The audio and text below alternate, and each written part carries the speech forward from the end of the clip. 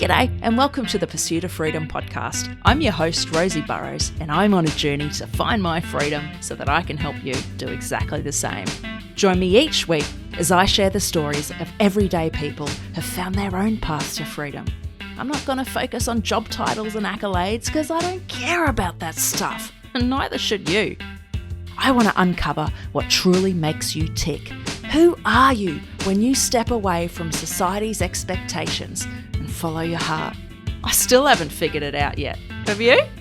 Either way, buckle up because it's going to be one hell of a ride. Joining me today is the amazing Jennifer Battle. Jennifer is a business community leader, speaker, coach, connection queen, and host of the Unfuckwithable podcast. She's created a life she loves through giving the middle finger to the status quo and relentlessly breaking cultural norms.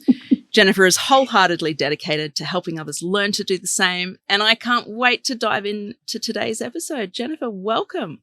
Thank you so much. I've been looking forward to this conversation for a long time. And I think we're kindred spirits. I can't wait to just chat with you. Oh, me too. This is going to be great. I think the hardest thing will be keeping to the time limit, right?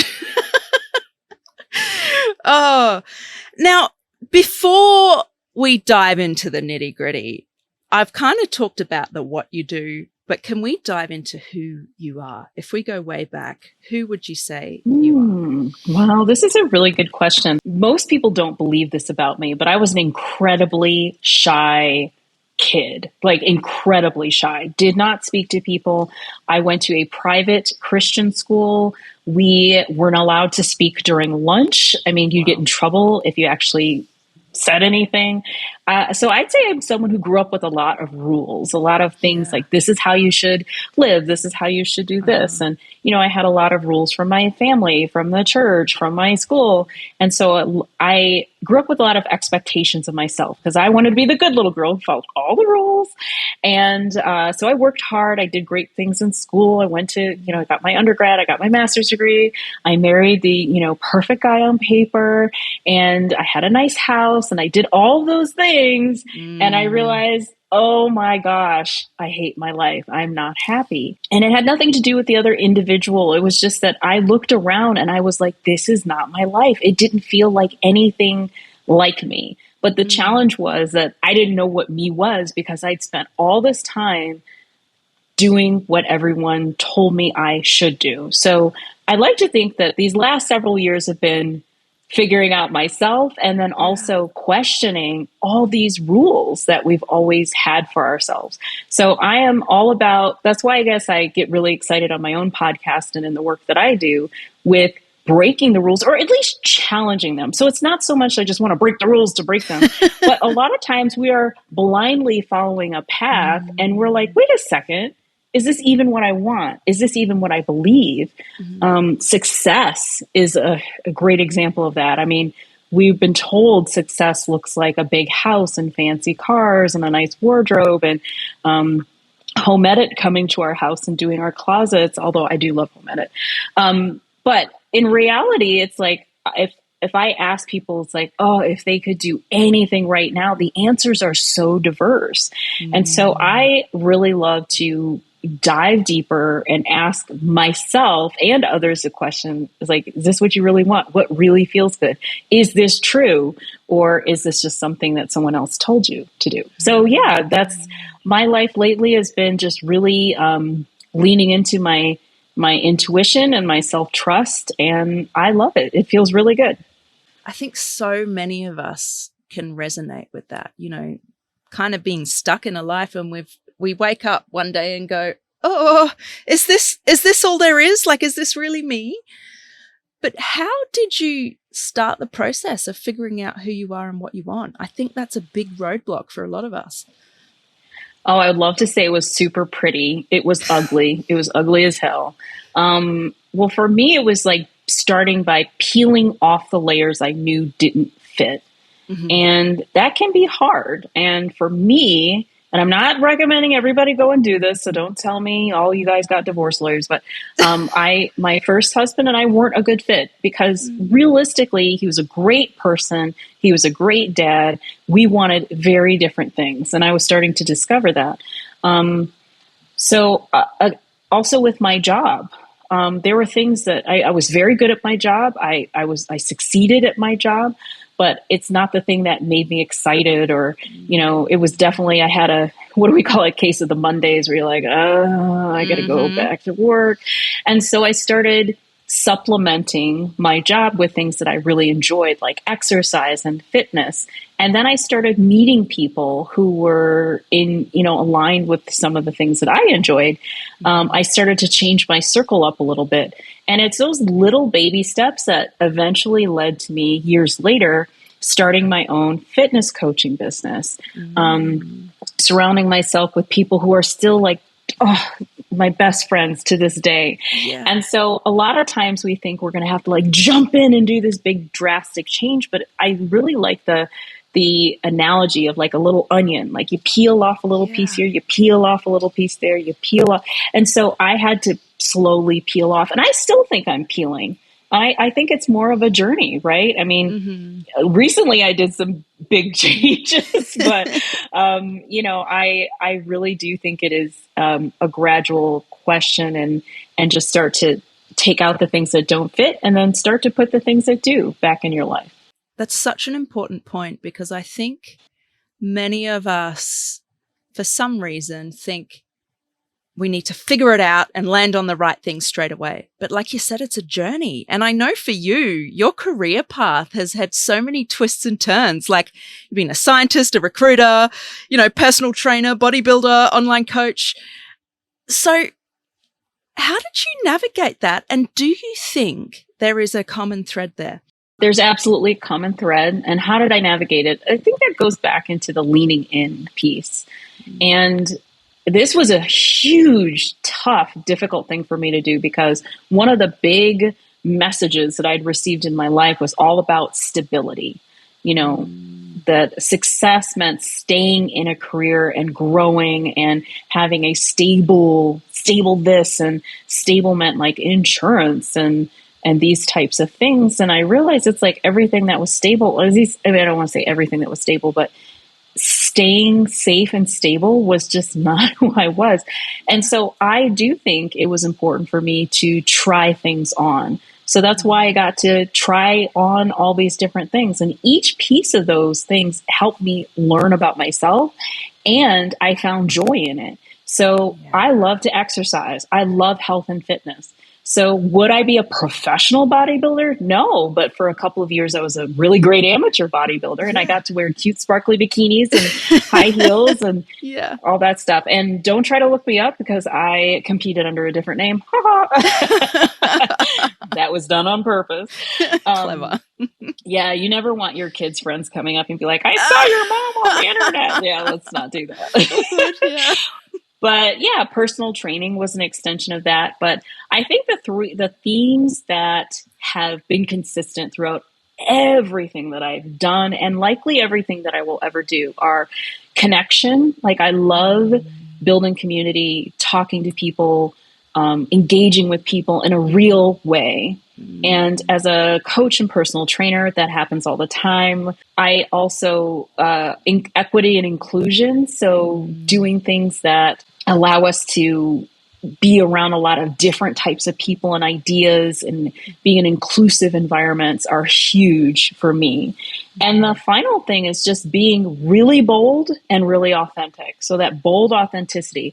So most people will know that if they had to describe me, they will say Jennifer's pretty direct. And, I'm not afraid to ask hard questions. And that's served me well when I was as I do strategy now, but even when I was a strategist in my previous career. And I'm not afraid to just like say it like it is. I mean, the name of my podcast is Unfuckwithable. So there's a bit of boldness there. I think those three things are more core values and will always stay consistent in all the work that I do. But it was a huge, huge thing for me to accept that I'm never going to be the kind of person who does the same thing for ever and ever and ever. It's just not who I am. I will continue to evolve. I will continue to try new things, because I think that's for me, that's the fun part of life. Now, I don't think everybody else is like that, and that's okay, because we are all different, and it's more important for me to understand what really lights me up. Right. Yeah. And I think a huge part of discovering who you are is finding your voice. Like for you, it sounds like you had a fairly conservative upbringing and there's rules and norms and you kind of followed that for a bit. But then, like now, you have totally found your voice. Well, I think so. I don't know if you agree with that. So, what do you think about comfort zones? Because I feel like that transition requires you to step out of your comfort zone a little bit. Ooh, comfort zone. That's such a great question because my immediate response is there's nothing wrong with being comfortable. I think the challenge is that most of us are uncomfortable and we don't even know what our comfort zones are. Yeah. You know, I think we are living someone else's life. We're doing someone else's dream. And so I feel very comfortable now, but in what I understand, I think your question is, but to get from where I was to where I am now, it was a challenge because I had to truly believe in myself because a lot of other people never got it. They didn't get it. They're like, well, why? I remember when I put in my notice at my 6-figure job working in higher education where I was a director of something, I remember people coming up to me like, are you crazy? Like, why would you leave that? And then I told them what I was going to do, which was transitioning into fitness. And they're like, can you even make money from that? I mean, it freaked people out. Some of the people in my family are like, what are you going to do? Oh my gosh, you don't have a 401k, which in the United States are retirement plan. Oh my goodness. Ah. And it was more, I had to be comfortable being okay that not everybody was going to get it. When I ended my first marriage, people kept saying, oh, did someone cheat? Like, what happened? And I'm like, no, I can't explain it to you. It just wasn't right. And so a lot of the times after I'm cool with myself and I'm comfortable with myself, the discomfort actually comes from the reactions of other people. But I've had to build the muscle that I know myself and I'm the best judge for the things that I do, because ultimately I'm the one who has to live with it, right? I'm the one who has to enjoy it or make the mistake or do whatever. But yeah, I think a lot of times we get so wrapped up in other people's ideas or opinions of us that we forget that we are our best, teacher. We're our best lead. We're our best mentor. We just have to learn how to trust ourselves. I love your perspective on this comfort zone thing. That's actually that's not something I have ever considered, but I think you're right. And maybe it's more about having the courage to trust yourself and move towards that more, alignment. And I guess alignment is you're feeling comfortable with yourself. That's something I believe. I got a tattoo on my arm that says stay true because it's so important for me to be honest with myself and stay true to who I am, because I would say I have been a chronic people pleaser for a lot of my life. And that often results with straying from who I truly am and my core values. And it's a lesson I am constantly unlearning, relearning, it's just on and on and on. So I love that so much. Let me take it a step further because I think there are a lot of us who say we're people pleasers. Yeah. And I think there's more to it than that. I mean, if you think about culture and society are going to be different things to different people, no matter who's listening around the world. But we're conditioned. There's a condition of this is how it should go. So we are then taught words and phrases like people pleasing and imposter syndrome. And I don't even know if those are things. I think we are, as a culture and society, all told to go a certain way. Right. And there are rules or reactions or whatever that happen when people start to stray, right? They start to move away from the pack. I think of goats being herded in one direction and you got one that wants to stray and then crack the whip. And it's going to make you feel bad if you start to do things that are outside the norm. So I want to challenge people to think about whether there's something wrong with them or if the rules in the world is meant for us to all go this certain way and anybody else is going outside of the norm is somehow labeled differently. Yeah. So I always joke around. I told my friend and one of my mentors, I'm like, if I could count the number of times someone called me crazy, I would have $1 million, because apparently I'm fucking certifiable, okay, for all the stuff that I do. Brave is a better word, I think. Yeah, I agree. And, maybe people pleasing for you or for other listeners was just, hey, I want to not be reprimanded for being the stray goat. Or So imposter syndrome. Reshma Sonjani, who is the leader or the founder of Girls Who Code, and she's done some great things. She had this awesome Smith College commencement speech that talked about how imposter syndrome isn't real. It is a term that people are telling, particularly women, that, oh, you don't feel like you can do it. Did you ever notice, like, men never get told that they have imposter syndrome? But yet here are all of us who are doing these things that are cool and brave, but we feel bad. Therefore, oh, it's imposter syndrome. You don't think you.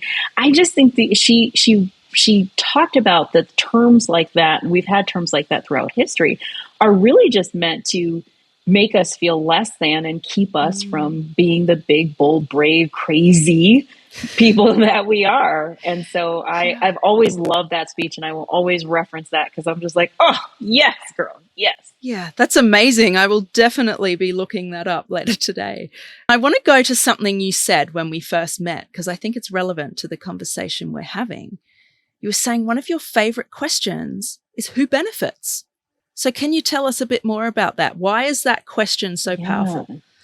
Yeah, I think I'll speak for myself, and I'm going to guess that other listeners have had this experience. So when I was in the middle of my goody two shoes phase, which was several decades of my life, I was, making all these decisions and choices. And inside there was always that nagging feeling like, I don't know if I really want to do this, or this is not to be great, but everyone else is saying, no, this is amazing. You should go forward.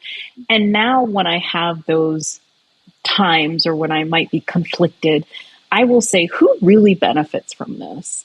Because oftentimes it's not me, but everyone is providing advice because the benefit is either to the norm, or it benefits someone else, or whatever. And so I have to ask myself, when I'm making decisions, like, who is actually benefiting from this? And if we just actually considered whether we are actually benefiting from these decisions and actions, we might move in a different direction. So true. And speaking of decisions, this is a nice segue. I've been listening to your podcast, and you have an episode about how we make decisions. I'll use your words. I'm quoting this. You've said the existing normal decision-making paradigm, so how we make decisions, it's not working. So how can we better navigate decision-making? Yeah, I think this is one of those things. It's a bit of my way of it's challenging what we're taught. So I have an MBA, and I also have a really cool certificate that's about building great teams. So in theory, I'm like a business and a team person and all of that stuff. And I remember in those experiences, in those educational experiences, we went through these, like, how do we make great decisions? And it's like, oh, well, first we have the problem, then we have options, and we get input and feedback, and there's all this step by step. And I think it completely ignores the human side of everything. I'm like, if I was a robot or an AI, what do you call it? It's not a machine, but an AI, artificial intelligence thing. Maybe that's how it would work. But as I've worked with women and leaders, and as I've talked with people, what becomes really clear is, you can say you're doing all that stuff, but if you start from a place of being exhausted or confused or overworked, there's no way the rest of the process is going to work. So I like to challenge the current way we make decisions and start with the humanity of it. So if you're trying to decide, this is a great example. I'll use myself. I've recently moved across the country, across the United States, and I live in Las Vegas, Nevada. And I knew I wanted to move. So I was trying to decide where to live. So the old way would have said, okay, make a list and pros and cons and evaluate and blah, blah, blah. And I did those things. And I remember starting to visit cities. I would walk into the city that would be at the top of my list. And I'd get off the plane like, no, this is not it. And I remember feeling so like frustrated because I'm like, I got to find a place to live. I have to find a place to live, until I had a great conversation with my friend. She's like, Jennifer, calm down. You're going to live somewhere. So between my experience with her and some other mentorship experience that I had, it's like the very first step for me and for a lot of people is to calm down and rest and relax and not try to figure it out. I mean, sometimes decision making is less active than we have learned for it to be. The other thing is we have to learn how to hone our creativity. So it's not like sometimes when you think you only have two options, like for me, don't ask me why, I will not break out my spreadsheet, but I was between Nashville, Tennessee, which, you know, your international audience, so this is a music capital of the world, and then Houston, Texas, which is where a lot of my family was. So I couldn't see past those two options. And so one of the things I've learned about being creative is sometimes when you feel like so stuck between two options, it means that you need to activate creativity, because there's always more than A or B. There's always something in between that or around it. And it was interesting because I then just released this, it has to be Nashville or Houston, I have to make a decision. And sure enough, weird opportunities or ideas started to pop in, and I ended up having a conversation with someone who suggested Las Vegas, Nevada. And I'm sitting here like, Vegas? I mean, I've been to Vegas to gamble and to hang out, but you know. So rest, creativity, and then understanding what and why is important, and forget the how. So I did that, and I realized what was important was that I felt creative, and I was in a warm place with great people, and it was important because that's how I felt the best. That was the why. So I have all of these things kind of lining up, and then I just had to go with my gut. I ended up just like, you know what? I'm going to go fly to Vegas. And as soon as I got off the plane there, I'm like, this feels like home. So it's that self-trust and intuition. Now, I didn't learn any of that shit in a business course or in my MBA. But for the people that I have worked with who approach big choices, next steps, and decisions in a way that honors the rest and stokes their creativity and helps them understand the what and the why, and then utilizes their intuition and self-trust, those are the decisions they feel really, really great about. The other ones, honestly, are kind of like, I hope it works. You know? And then you pray to God over the next 3 to 6 months that everything's going to be okay. So that's what I meant by changing the way we make decisions. I just think there's a whole different approach that we could use that honors who we are as people and also engages our own inside knowledge. Love that. You know, focusing on the what and the why. I feel like we can get so bogged down in the how, and we talk ourselves out of doing something before we've even given ourselves a chance to do it. And it's heartbreaking, actually. And I know for me, a recent big decision I made is to move into my van full time. For probably 10 years, I have been ignoring or fighting the voice in my head that's like, I just want to do this. It feels right. I was like, no, I can't do that. It's too difficult. How am I going to afford it? How am I going to earn money? And then one day I just went, fuck it. This is what I want to do. And I want to do it because I think it will give me a sense of freedom. It will give me a life where I can travel around, enjoy nature. And I just bloody made it happen. Wasn't easy. Oh, no, of course not. And you're so right in the fact that sometimes we talk ourselves out of things. But in that story, the what was going to your van, moving into your van. And the why was like, because this is what makes me feel good. I want to be around nature. And once you were like, you know what, I'm going to do this, the how appears. It comes. And a lot of times I think it's because now we can see exactly what we want. When I said I was going to move to Vegas, did I know exactly how this was going to work out or when? People would ask me, and I'm like, sometime in the Yeah. fall. Yeah. But I was so clear on what it was and why it was important that all these crazy things just started. I shouldn't say crazy, right? Mm-hmm. All these things that just started to like swirl around, and it happened, and it happened in such a great way. So it's hard for us who've been taught like we have to have steps 1, 2, 3, 4, and 5, but that is not how life works. No. It really, really isn't. And I bet you, if you were to go back to some of your favorite experiences or your favorite or best decisions in life and trace back how you got there, I guarantee it would not be this like very structured decision-making process. It would have been like you felt it. It felt good.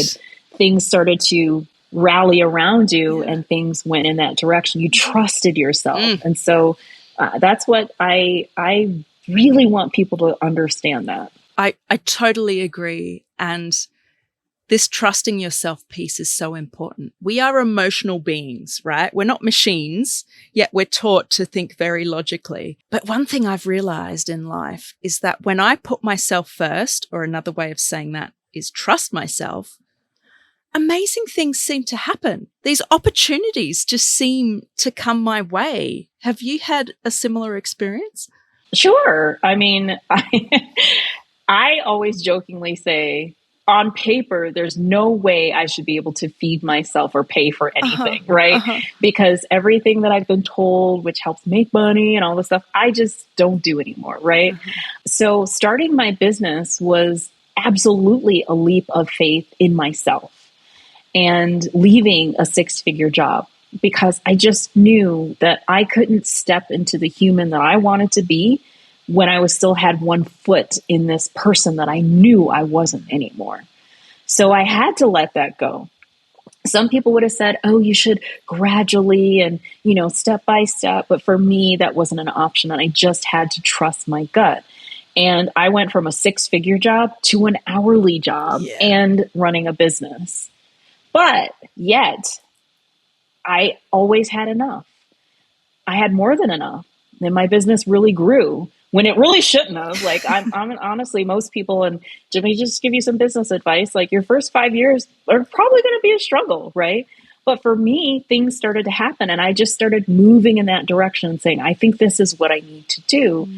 And then at the time, pre-pandemic, pandemic was awful. So I just want to say that before y'all at me and start sending me hate mail. But for my business, it happened to be I had set up my entire online fitness infrastructure prior to the pandemic. I had been really going out there and doing PR because that was something that I felt really led to do. And I invested in it when there was no obvious return. And I invested in it in March of 2020.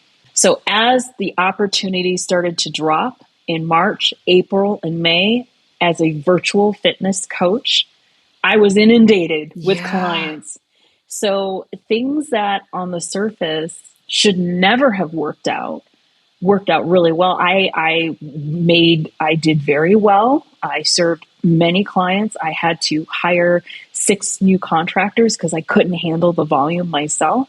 So sometimes it's like you may not see the logical steps, but if you trust in yourself and trust your intuition, things can pop off. Because you have to remember, you don't know what tomorrow's going to bring. Now, what do I wish my business success was not the result of a horrible worldwide pandemic? Absolutely. It was a horrible time in a lot of other areas. But all I'm saying is that we are told to do all this planning, but there's nothing. We don't know what tomorrow's going to be like. So you have to just lean into what you think is right, what feels good, what your gut tells you, because there's something really smart and intelligent about your own intuition. We've both mentioned this shit isn't easy. So when it gets tough, how do you see it through? Do you have any tips or advice on that? I do think the personal development side is critical.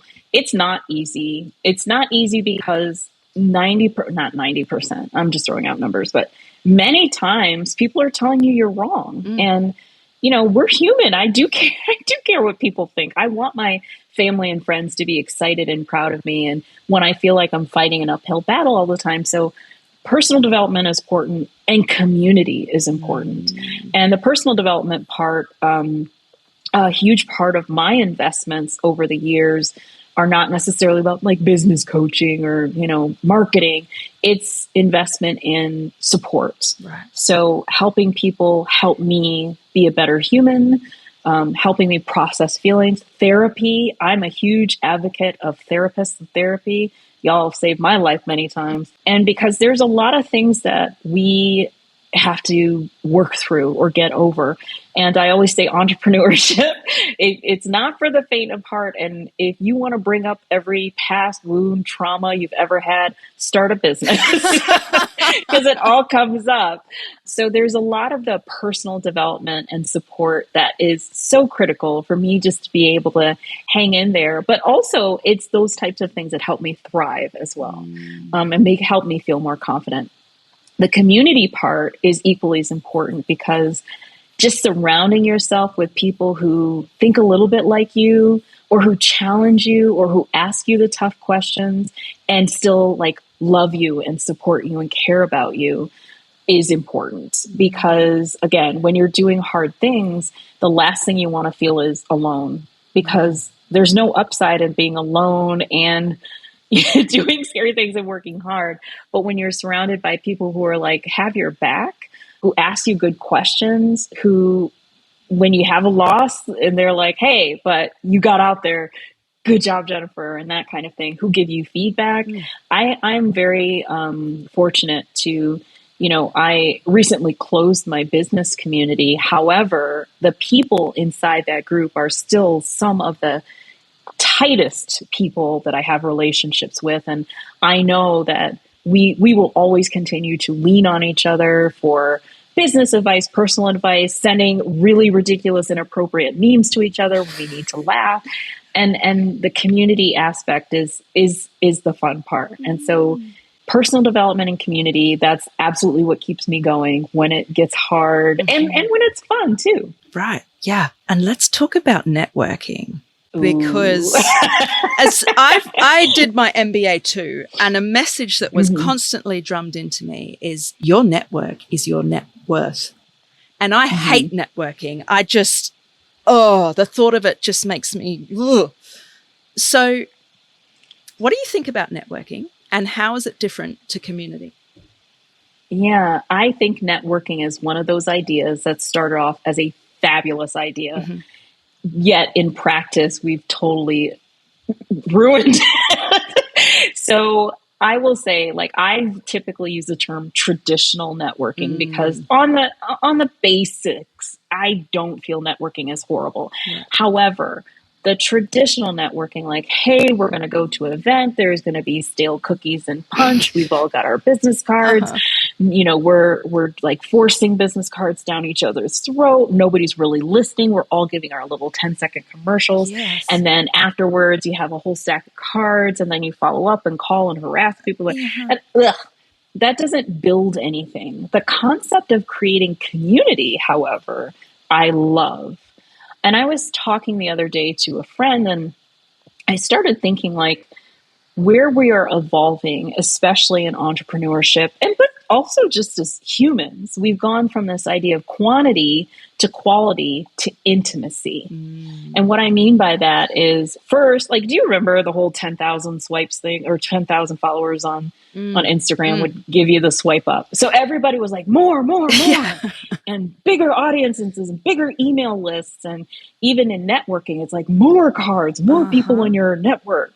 And that's quantity. Quantity doesn't give you results. Quantity, like, if I need to, in my previous job, I had to do a lot of stuff without any positional power. So I'm working across departments and people, and I knew a lot of people, but it was the relationships and the deep connection that I had with the individuals and I didn't do it because I wanted something. I did it because I like people, and I wanted to, if I was in an academic community, I wanted to be in the community. But one of the benefits to that was that I always knew what was going on at every level of the organization, which made me invaluable, which made me understand how to message things or how to, put proposals forward because I knew who had issues with what they wanted to achieve. I do think community is way more important. So there's a quantity piece.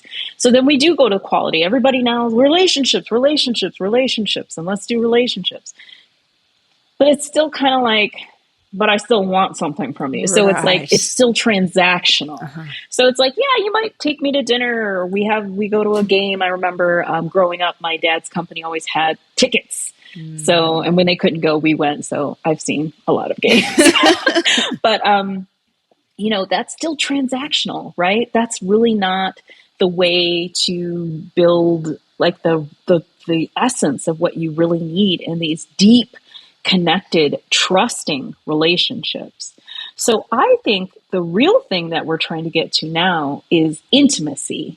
So when I say the word intimacy, that's not just like, I know you. That's like, I know you. It's like, we know each other. You care about me. I care about what's going on in your life.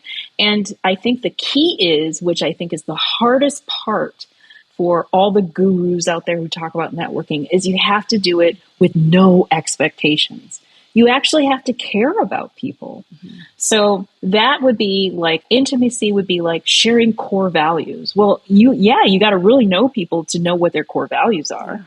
Asking questions, spending time. Intimacy is also a long game. Right. You and I aren't going to go from 0 to intimate in 5 seconds or in a business card exchange. That might just be the first step in connecting. So when I talk to people, and I often give this talk about connection or building connection for impact, I provide people ways to create that quality and intimacy that truly creates these communities and connections that make a difference and that you can really call upon. Because in reality, it's like we're told like, oh, if you want to change a law, write your congressperson. That's not how it really works. If you want to change a law in this place, you get lobbyists, money, contribute to their super PAC and blah, blah, blah. We're told that this is the way the world works. But in reality, it's not the way the world works. You really have to tap in to your communities and influence. But the communities and influence are not created from networking. They're created from intimacy and care. I will go to bat for you, Rosie, because we have a real connection. I care about you. I want to see you win. We share the same values. I know by you succeeding, the life that I want to create and the future I want to create will also be great. That's why I want to help you. Yeah. Not because you give me something. No, the real hard, difficult changes happen when you have these close, intimate, real relationships with people. So that's why I sometimes say I'm like anti-networking, because a lot of times when people talk about networking, is that very transactional piece that I think is futile. That's not really how the world works. Totally agree. And what you said about, developing that intimacy with connections is a long game. That is so true. It made me think of an example in my life recently. There was a professor at the university I was studying at, and I just thought she was so cool. I'm like, she's such a powerful woman and had similar values, had done amazing, really meaningful things. I'm like, I need to get to know this person. Like, I had no expectation or thoughts of what I'm going to get from her other than this person is amazing. Over 2 years, we kept getting to know each other. And guess what happened from that? I got a job because of my connection with her as a course coordinator in a master's program, and I didn't have a PhD, which is really unusual in academia, right? And that came from this intimate relationship. Blows my mind. Right. So I love it. Like, going back to what you said, your net worth is in your network. See, it's not untrue, but you know what I mean? Yeah. The way that we go about creating a network. And I like the word community a lot better because I think that means something different. Like, there are a whole bunch of people I know, but not all those people are my people, my people. And so I do believe that you have a lot of value in your community, but you have to understand that your network is not just a whole bunch of randos. There are people that you actually build real, deep, meaningful relationships with. Yeah, absolutely. I love your take on it. And I am such a huge advocate for community. Like it's the way to go. Absolutely. It's just amazing. And I'm working on developing my community and finding my people, which is a process, right? Some people I'm like, you're not my person. Like, nice to meet you. See you later. I'm not going to say, oh, let's catch up for coffee, which is something that always seems to happen in traditional networking. Oh my goodness. Did you listen to my last talk? Like, you're verbatim. Let's move back to something you were saying earlier. You were talking about leaning into our creativity. And I agree with you, but almost everybody I talk to goes, oh, I'm not creative. What do you have to say to those people? Yeah, I used to say that myself. And that's because I think we all describe creativity as like being artsy and like dancing and poetry. And I had someone reframe it for me. And it was more like the right brain. So the left brain is like all the logic and all of the, the data and analysis. And that's important too. I mean, we definitely want those things. Like when we're doing complex tasks, I want my doctor to be using logic and stuff like that. But there's this other part that is so knowledgeable and cool. And that's that creative side, that right brain. And yet I think particularly, and I work with a lot of women, I think we're highly discouraged from using those parts of us. And I think that's where intuition and knowing and comes from. What I've learned is that there are ways for us to unlock the creative or that other side of our brain, because logic would have told me Las Vegas was a terrible idea.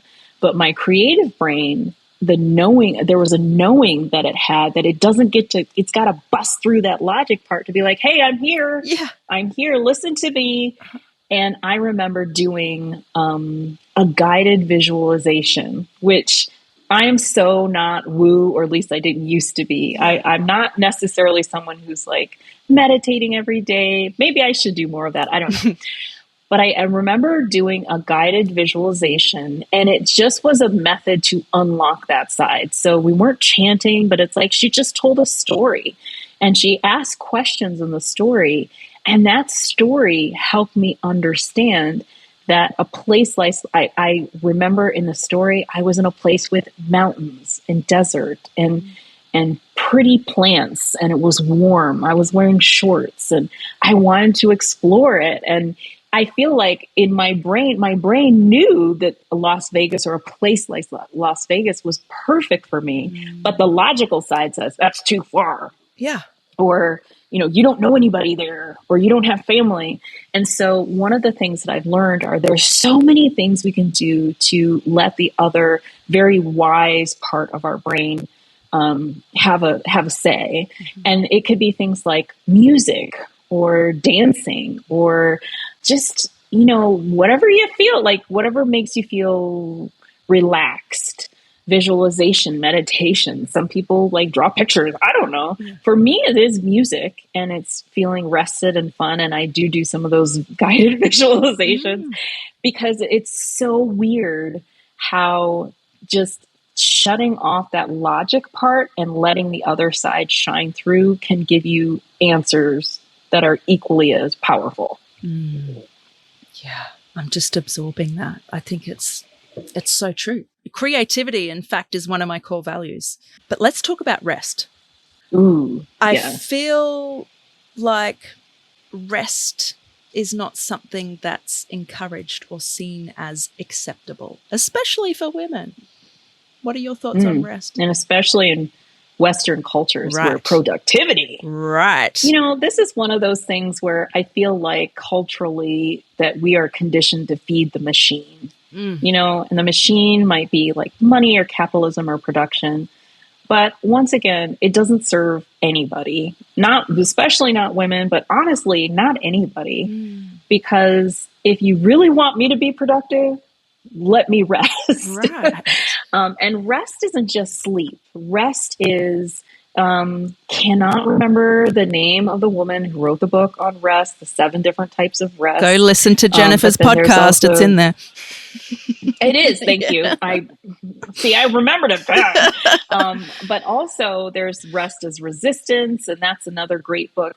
But rest really is like taking that time for yourself to turn off all the stuff. So there's like emotional rest. There's I'm going to call it tech rest. I know that's not exactly the term that was used in the book, but think about all the notifications and the blings and the blooms and the bloops. And, we both have dogs while we're recording. So I have yappy dogs in the background. My cell phone is, pinging and, and that does something to you. You also physically, many times we're burning the candle at both ends, which I know in Western culture sometimes is seen as a badge of honor.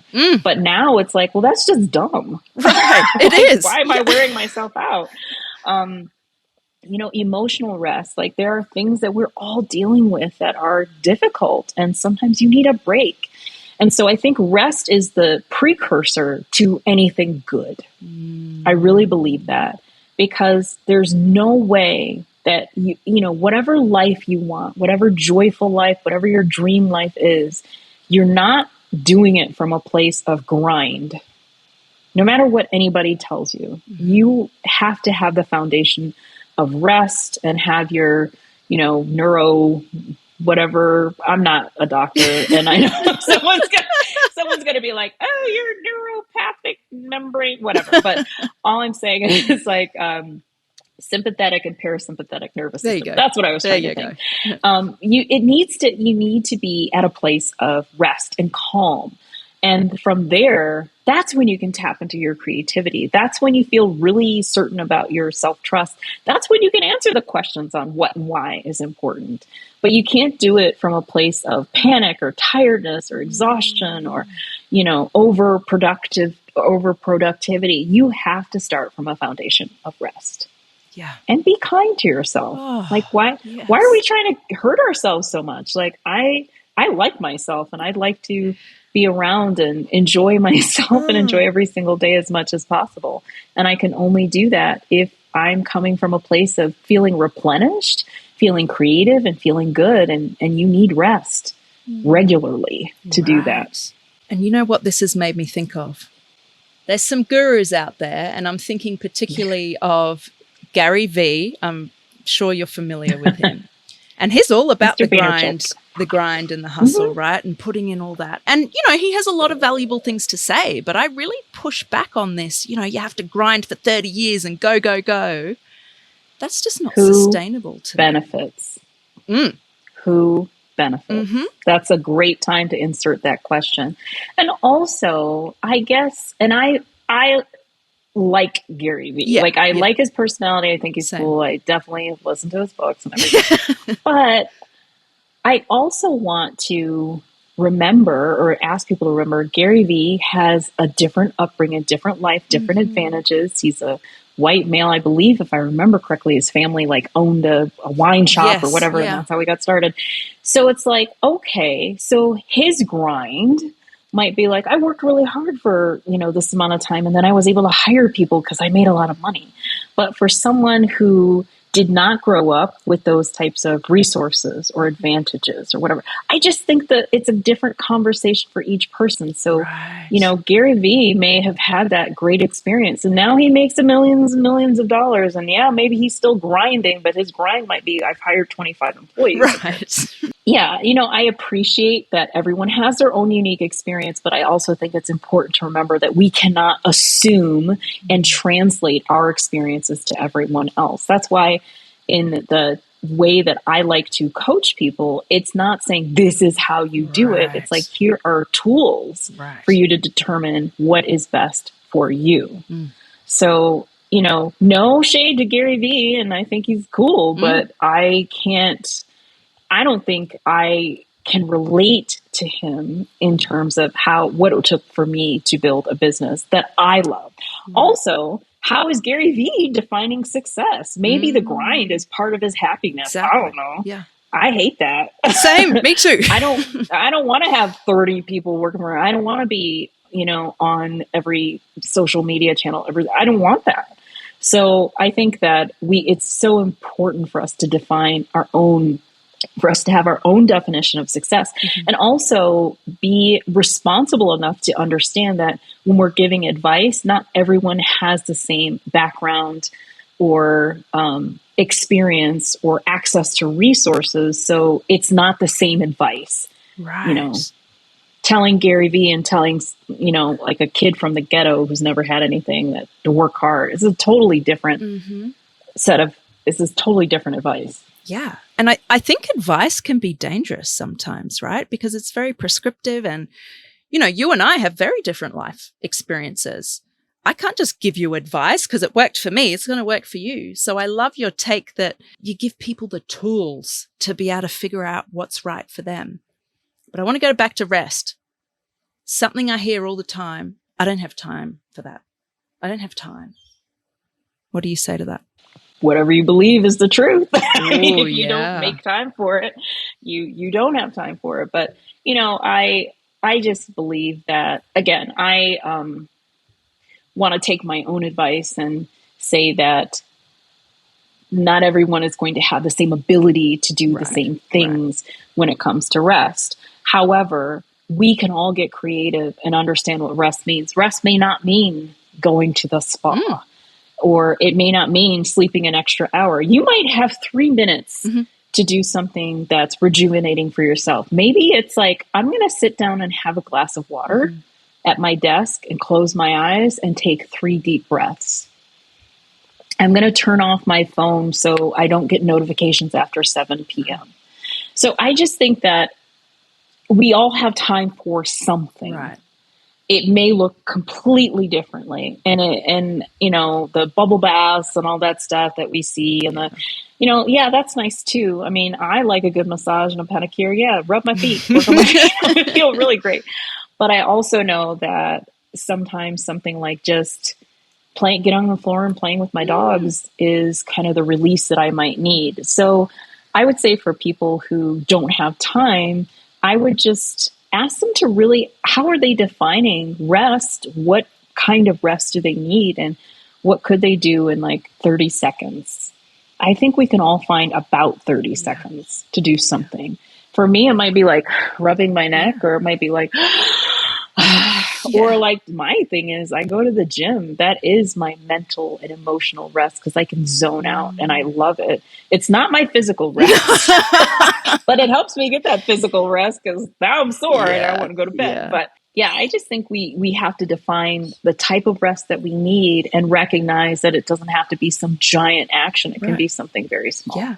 And something small can make all the difference. Now, a question I like to end with on this podcast is the concept of freedom. Can you tell me what freedom means to you? I think you're going to make me cry on this one. I've never cried on a podcast. I've been really exploring that. Sorry. I've been really exploring that the last 6 months. And to me, the freedom really is in fully trusting and believing in myself. From the little girl who always had the rules and people telling her what to do and what her relationship should look like and what her life should look like, to being the person who just says, I don't care. This is what I want. This is what makes me happy. And trusting my gut. Because every time I've truly trusted my gut, I am so happy and I feel so free. And that's what freedom means to me. Just really being able to fully trust and love myself so that I'm creating the life that feels good to me and not feeling bad about it. Yeah. So, I love your take on freedom. And I just want to remind people that it's different for everybody. But I think it goes deeper than, financial freedom. That could be part of it, but that's pretty surface level. There's a lot more to it. So I encourage people to think about that. What does freedom look like to you? What is most important to you? And how can you start moving towards that? Or why, I should say. We're not worried about the how. Why do you want to start moving towards that? And what is it you're moving towards? Thank you so much for sharing your wisdom and being so vulnerable. I didn't mean to make you cry, but thank you for showing up as your true self, right? That's your raw emotions. And yeah, well, that's a sign of a good podcast host. I mean, you're making us cry like Oprah style on the couch. So no, I enjoyed my time, and you're such a smart cookie, and you asked me some amazingly great questions. So this was such a joy to be on this podcast. And so I know the people who you coach and work with you are getting such an amazing experience. So kudos to you. And thank you so much for inviting me to be a guest. Oh, it's been a pleasure.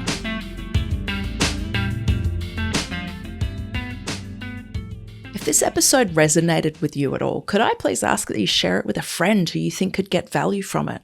And whilst you're doing that, make sure you follow and subscribe to the podcast so that you never miss another episode. And whilst you're following or subscribing, please leave us a rating, preferably 5 stars, and also a written review. Doing each of these things is going to help this podcast reach more people and impact more lives, which is, at the end of the day, is what we're here to do. Thank you so much. I appreciate you. Remember, you matter, you're worth it, and you are so, so capable. Take care of yourself, and I'll see you next week.